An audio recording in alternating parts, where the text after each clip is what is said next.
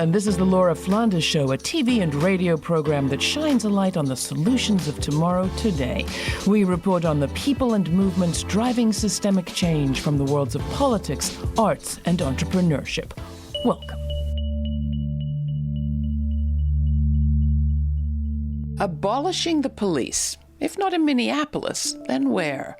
If systems change around policing in the United States were possible anywhere, a lot of people have thought it would be in the city of Minneapolis, Minnesota. In the wake of the police murder of George Floyd, thousands of Minneapolis took to the streets to demand not only justice for Floyd, but a complete transformation of how their city does public safety. Movements for police abolition had been building in the city for years. A progressive majority was elected to the city council in 2017. The Floyd murder prompted a supermajority of those council members to pledge to abolish the Minneapolis Police Department, the MPD. That news went viral, inspired people across the country to demand the same where they live. And in the 8th Ward of Minneapolis, at the intersection of 38th and Chicago, where Floyd was killed, local people shut down the street to create George Floyd Square, a police-free zone that's still there today.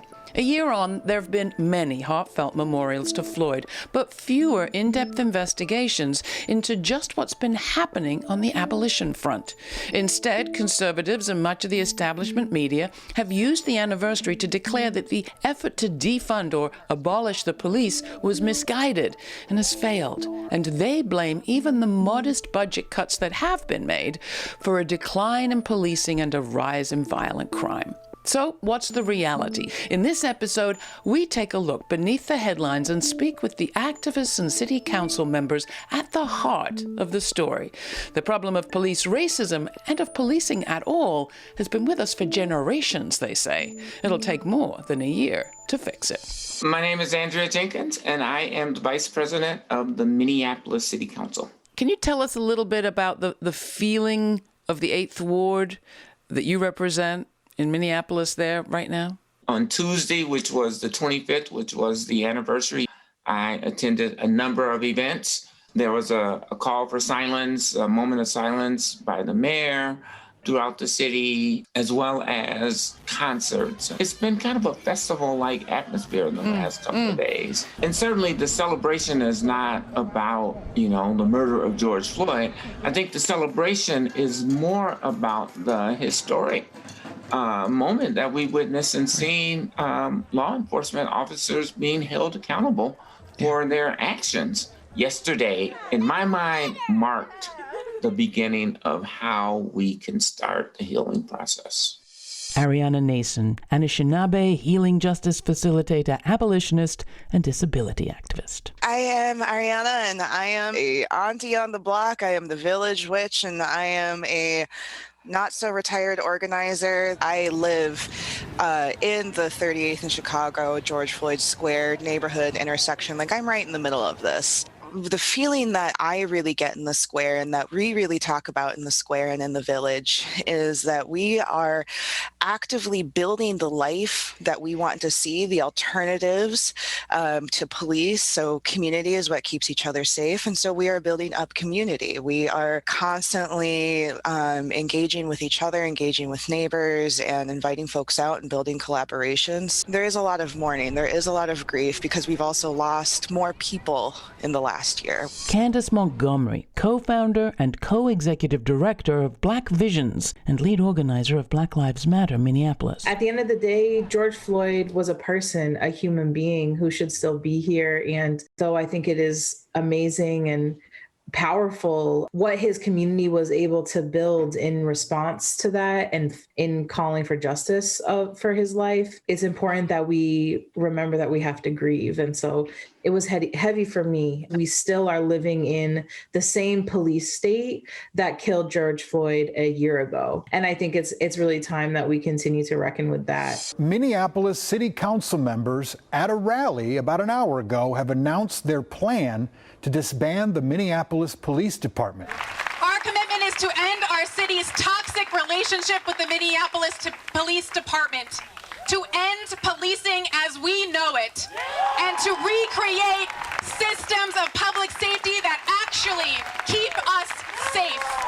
On June 7th, 2020, after nearly 2 weeks of non-stop demonstrations in the wake of George Floyd's murder, city council members in Minneapolis came together in Powderhorn Park to announce their commitment to disbanding the police department. City council member Cam Gordon was one of them. Talk about your expectations in that moment and what it felt like to be part of that response right then. I think there was a real sense in the city of Minneapolis that government had abandoned us and nobody can actually hear us. We're out there protesting. There's this trauma. The city is in misery.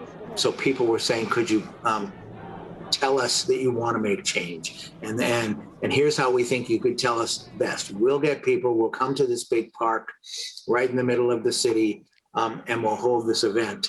And we want you to make a statement. Andrea Jenkins, Council Vice President, representing Minneapolis's Ward 8. I joined 8 other of my colleagues on stage to make a pledge to the community. So to be clear, it wasn't an official city council action. I mean, it wasn't like we were in a meeting and we all voted to defund the police. But I stood on stage and made that commitment to our community. And what I personally meant is, how do we refund our communities? You know, public safety encompasses 50, 60, 70% of the budget for these cities. And that comes at the expense of affordable housing, which is why we see this homeless crisis that is impacting almost every community in America. It takes away our ability to fully train our students and create the kinds of schools that we want to see in our inner cities and communities. And so we need to reallocate those funds. And that's what that specific pledge means to me. But it also has to be a wholesale reimagination of public safety and how that operates in our society. Isn't it going to also require a reconsideration of your whole city charter? That question is going to be on our ballot. Cam Gordon, council member for Minneapolis's Ward 2. There's 2 really onerous things in the charter that needed to be removed. One is the complete command and authority of all discipline that's given to the mayor. So and none of the other departments are like that in our city. Use of force, use of lethal weapons. All of those policies aren't set by the council. It's in the hands of the mayor. There's also a provision in the charter that required a minimum number of police officers. That was actually put in the 60s, led by the police union. You don't have control in the city council over the police and how big it is and who counts as police and how you do safety in your town? Were you aware of that for a long time, Councilwoman? I was not completely aware with all of the intimate details of the charter and how it related to the police. I was very much aware that the mayor has sole authority over the police. It's one of the only 2 responsibilities that are called out in the charter. But I was not aware of the limited authority of the city council. In order to change our charter, we have to, have this referendum from the residents of the city. But even then, we still have to get permission from the state legislature, which is a Republican-controlled legislature. As Andrea Jenkins, Cam Gordon, and their colleagues on the city council work for change inside government, activists on the outside have kept the pressure on, organizing for alternative forms of public safety, some of which don't require local government at all. Candace Montgomery of Black Visions is one of those activists. So Black Visions is a Black-led queer and trans-centering community organization. We come out of the movement for Black Lives, and many of us were formerly part of Black Lives Matter Minneapolis. And so Black Visions came together, many of us, the original founding team, because we wanted to build something that felt visionary still, that felt unapologetically Black and that was unapologetically Black, but also was able to be strategic. So talk about that moment. You're there just a couple of weeks after the murder of George Floyd, and you have the council members come out in favor of defunding the Minneapolis Police Department, and then how you think about what's happened since. Is it lack of effort? Is it lack of trial? Or was it a not realistic demand? So I think that moment was important, not only because we were able to build a stronger platform for the conversation around defunding the police, and actually bring our council members a lot further than they had the several years before that we had been leading this campaign. The council members were able to reduce the police budget by close to $8 million.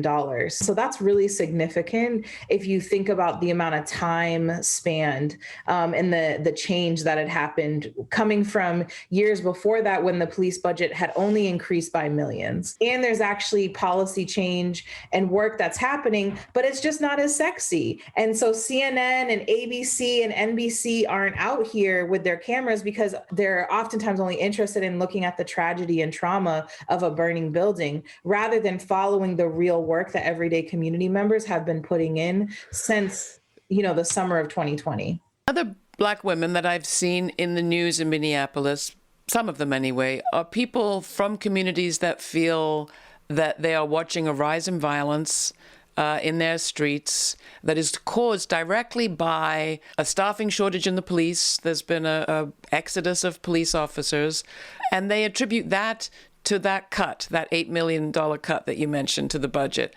How are you talking to them about what's going on? Are you talking to them about what's going on? I always try to come from a place of compassion. I think folks are worried and want to feel safe in their communities, and that's 100% valid. And what I oftentimes then remind folks of is that, after spending $190 million on policing, we still have a rise in crime. I don't think that policing is going to be the thing that changes that. The other thing I think is important to talk to people about is that at the same time we've had this national rise in crime, we also have had a pandemic, right? That is spread across the globe, in which people have lost their jobs, their homes, access to their basic needs. So of course there's going to be a rise in crime because that's the only way that this country allows people to figure out a way to access their needs often. And so, I think it's important for folks to not just look to the same solution of policing and actually look at maybe if we were as adamant about resourcing housing as we do to fight for policing that criminalizes poverty, we would see some different results. Oftentimes, the people who I talk to that I am able to find alignment, what we are able to agree on is that it's a transition. We might have different priorities right now, but that fundamentally folks agree that if we start to really invest in our communities, we can wean our dependency away from police. And that's a place that we're able to find middle ground. It's just about the ways that we get there and the speed at which we get there that we can differ on. And I think that's okay because Black people also are not a monolith, and we come from different experiences and have different opinions and always have. This is the Laura Flanders Show. I'm Laura. My guests all live in Minneapolis, Minnesota. Candace Montgomery and Ariana Nason are organizers engaged in the George Floyd Square encampment at the crossroads of 38th and Chicago, where George Floyd was killed. Candace is the co-founder and co-executive director of Black Visions and lead organizer for Black Lives Matter, Minneapolis. Ariana is an Anishinaabe healing justice facilitator, abolitionist, and disability activist. Also joining me are Minneapolis Council members Cam Gordon and Andrea Jenkins. Cam represents Ward 2 and is co-founder of the Green Party of Minnesota. Andrea serves as Council Vice President, representing Ward 8. In addition, she's an artist and transgender activist. Ward 8's where the murder of George Floyd happened. You're listening to our special, Minneapolis on the Long Road to Abolition. You can dig deeper into the economics of abolition and find my past interview with Ariana Nason and more in our archives. They are at our website, lauraflanders.org. While you're there, sign up for our weekly newsletter to receive information on all of our streaming events and web exclusives, including this time my full uncut interviews and commentaries. The latest is with Winona LaDuke, who was featured in our recent Future of Energy is Indigenous episode, This week's is my Uncut with today's guest, Andrea Jenkins. There's a lot more to Andrea than you've heard so far.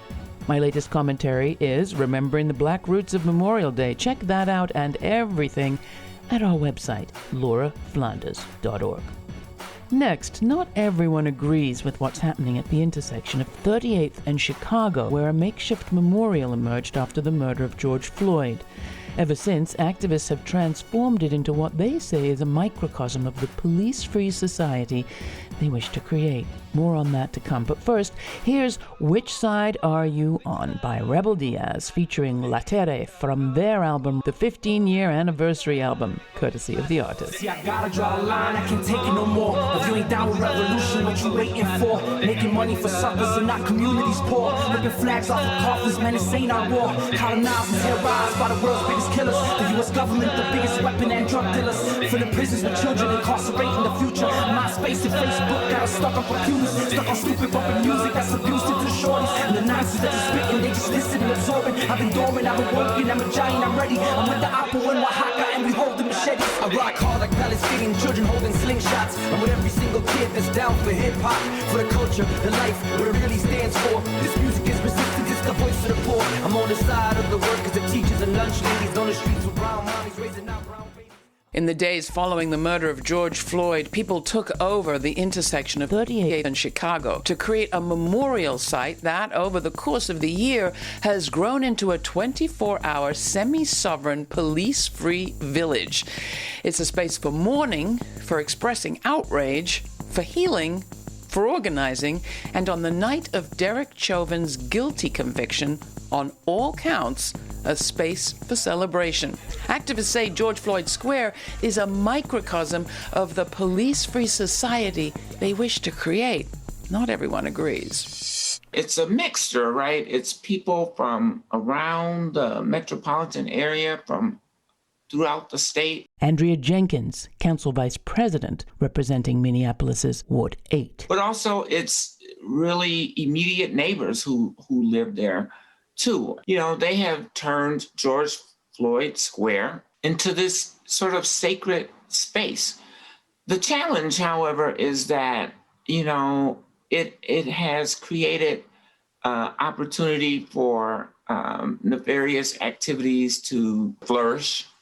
Carjackings, shootings. To date, Minneapolis has lost 33 people to gun violence, which is atrocious and sad. This year. This in 2021. The plans that I have for the square continue to be the plans that I had even prior to George Floyd being murdered.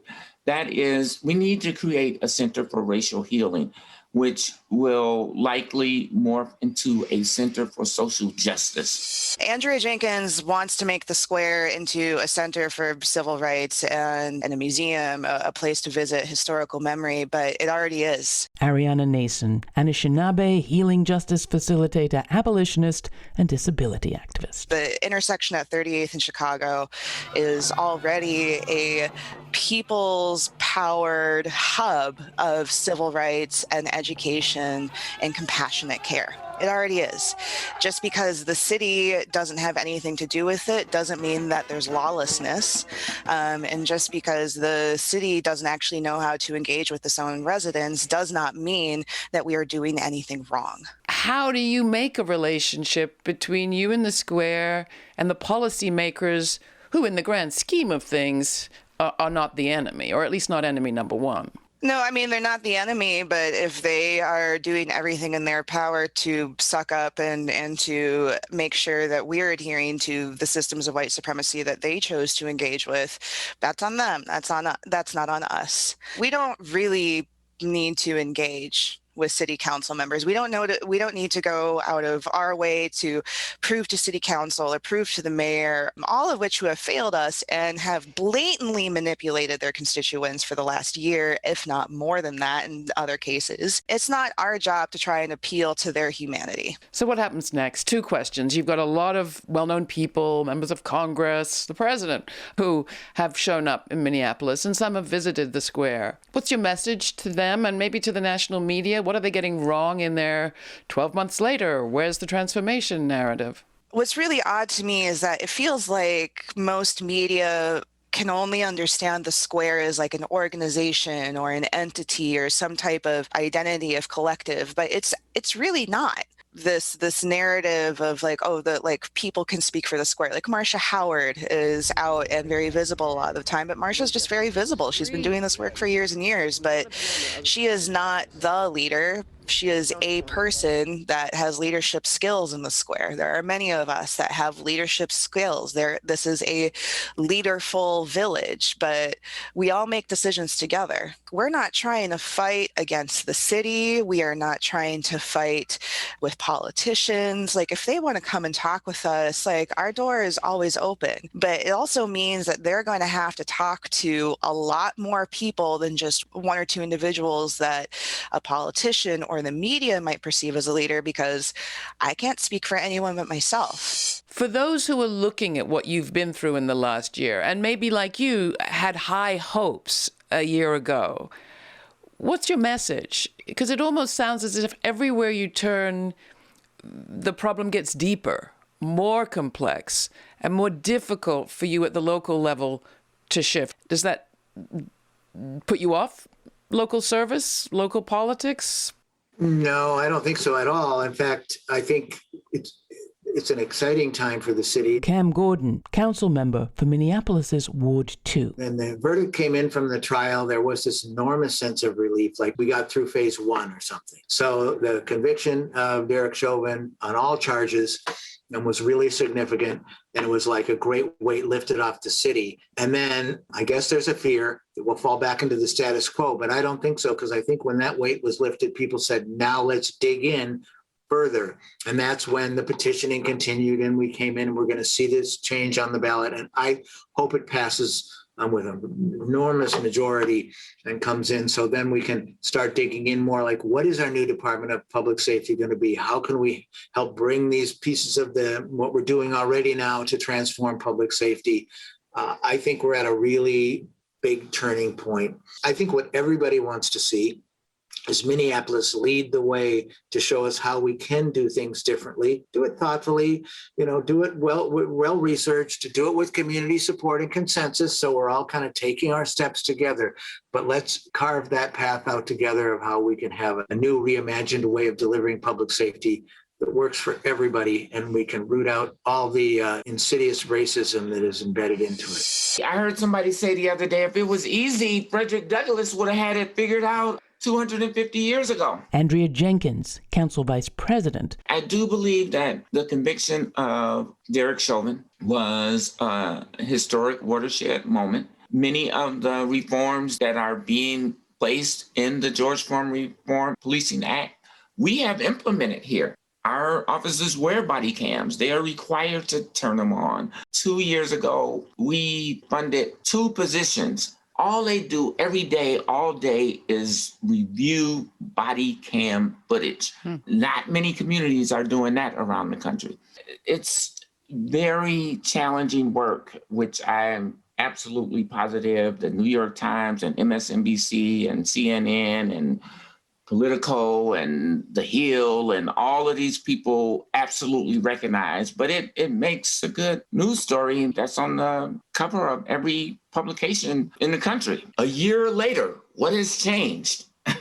1 year in the midst of a pandemic where all of us are sitting in our houses. These issues are very deep, Laura, and they're challenging to overcome. But I think we can. I'm optimistic. I mean, I'm running for re-election, so you can't run for political office and not be optimistic. I think we can change. Ariana Nason, Anishinaabe healing justice facilitator, abolitionist, and disability activist. The village has been having like big collective conversations that, yes, like when Black liberation happens and liberation will happen for all, but Black liberation is also inherently tied to Indigenous sovereignty. So for us to be supporting Black liberation, we need to be supporting the symbiotic relationship with Indigenous sovereignty sovereignty.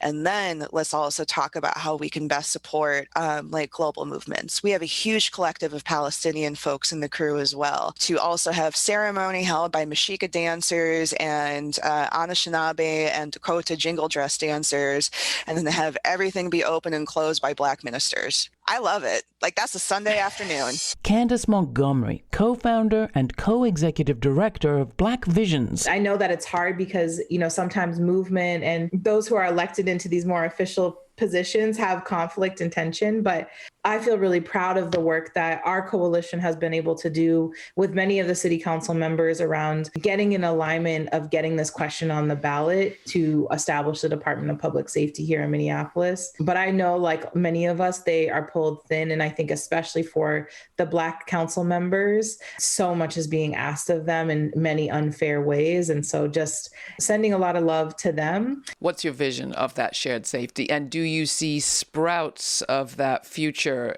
anywhere out there today? First, my vision of safety starts with folks having homes and food and systems of care easily accessible to them at no cost. I talk about oftentimes what it looked like the morning after the uprisings. I lived just 2 blocks away from where George Floyd was murdered. And every single morning I saw community members out with their own brooms, their own trash bags, coming to clean up. I've seen multiple organizations sprout up who are providing mutual aid. 612 MASH, which is an organization that is deeply connected to George Floyd Square, has treated multiple violent wounds, gunshot wounds in the neighborhood. And this is just a community organization, a group of medical professionals who have come together to intervene. And so much is going to be possible as we continue to resource and believe in each other.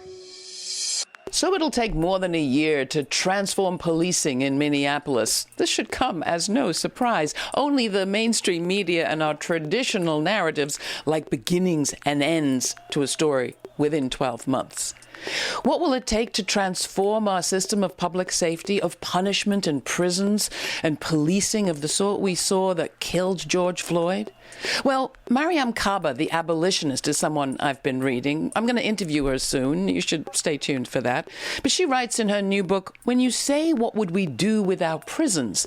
What you're really saying is, what would we do without civil deaths, exploitation, and state-sanctioned violence? It's an old question, she says, and one that has the same answer. I think we would do, whatever it takes. If we would do whatever it takes to make the different sort of world that we dream of, shouldn't we start now? Abolition, she says, isn't an event. It's a process, and one that we need to begin. For more information on this week's guest and a suggested reading list and additional related episodes to explore, go to patreon.com/The LF Show. That's patreon.com/The LF Show. That's also where you'll find all the information and an invitation to join us Sundays, 11:30 a.m. Eastern, at our YouTube channel, where we watch the week's premiere and participate in a live chat with our invited guests. So how about it? 11:30 a.m. Sundays. Join me there. All the details are at patreon.com/The LF Show. And while you're there, make a difference by joining our team. Become a member. Thanks to you and the monthly supporters who pony up just a bit every month to keep us on the air, we're able to show the Laura Flanders Show free on public television and public radio in every major market in this country. If you think that sounds like a great way of collaborating with your partners, go to patreon.com/The LF Show and be part of the team that keep this show free. If you're not following our podcast at your favorite podcast platform yet, why not? Follow us. You'll not only receive this week's show every week as a download, but you'll get the uncuts, including Winona LaDuke on the future of energy being indigenous, but without pipelines, and my full uncut with today's guest, Andrea Jenkins. This show's produced by yours truly, Laura Flanders, with Matt Colacello, Jeremiah Cawthron, Mercedes Grostiaga, Jeannie Hopper, Nat Needham, Charlotte Carpenter, David Newman, Rory O'Connor, Ryan Hotes, Sabrina Artel, and Jeanette Hernandez. Major funding for this program is provided by the Novo, Park, Ellen Poss Family, Hisuku Wilson Foundations, the Schumann Media Center, Rising Fund at Tides, Kim Connor and Nick Groombridge, Jane Fonda, and listeners like you. Thanks for listening. Thanks for contributing. Thanks for your ideas. Stay kind. Stay curious. Until the next time, I'm Laura.